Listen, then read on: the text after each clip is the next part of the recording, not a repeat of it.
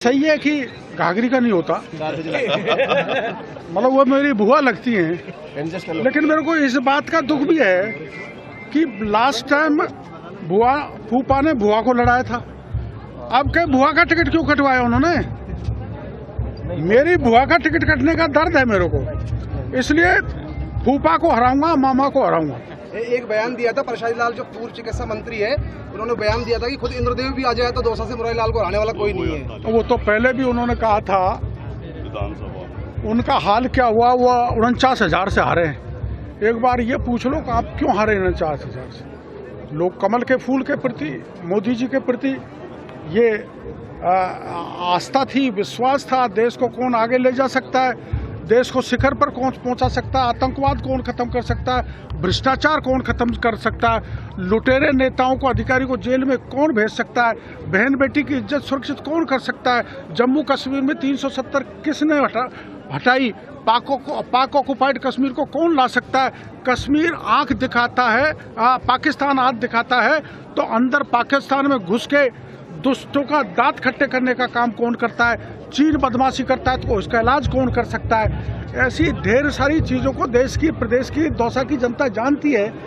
अब इनके राहुल पप्पू जी कभी कुछ कह देते हैं। अब एक भ्रम यहाँ पर फैलाया जा रहा है कि मोदी आए तो ST SC का आरक्षण खत्म कर दिया जाएगा। भ्रम है, क्योंकि ये ST SC और जातियों में झगड़ा करके अब तक 60-62 साल सत्ता में रहे।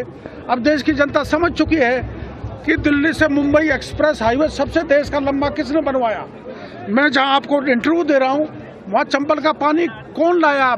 हजारों वर्ष से चंबल बह रही है, कांग्रेस तो लाई नहीं, कांग्रेस ने बड़ी रोड लगाई नहीं, कांग्रेस ने तो CA लागू किया नहीं, कांग्रेस ने तो घुस के कभी पाकिस्तान को जवाब दिया नहीं।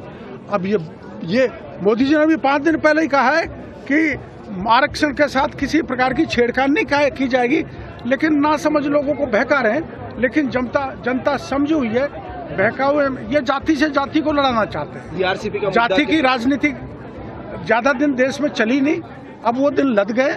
अब सबका मन मोदी जी को वोट देने का है, इसलिए यहाँ भी कमल के फूल पे ठप्पा ठोकेंगे और कन्हैया लाल जी संसद में पहुंचे। ERCP का मुद्दा कितना प्रभावी रहने वाला है, क्योंकि एक बड़ा मुद्दा है इस पूरे क्षेत्र के लिए।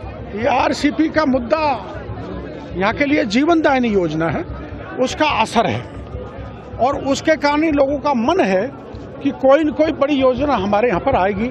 हमारा इलाका भी गुड़गांव और भिवाड़ी की तरह विकसित होगा अगर मोदी जी तीसरी बार प्रधानमंत्री बने तो। आज बाड़मेर में भी सभा है, दौसा में भी रोड शो है, कितना प्रभाव पड़ेगा, कितनी सीटें आएंगी बीजेपी? अरे मोदी जी जहाँ आते हैं वहाँ वोटों की सुनामी आ जाती है।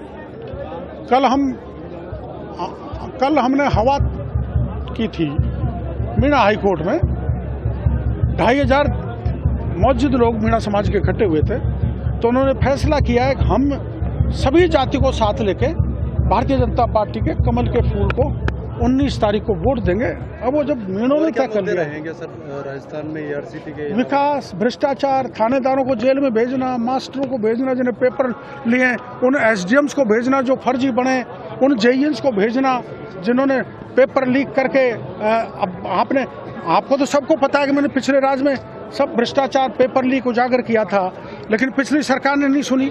आपको पता है मोदी जी पिछले विधानसभा चुनाव में कह के गए थे कि जो भी भ्रष्टाचारी है या पेपर लीक करने वाला है उसको पाताल में भी नहीं छोड़ेंगे, और पाताल से निकाल के भजनलाल सरकार 38 थानेदार को पकड़ लाई, जेल के सीखों में डाल दिया।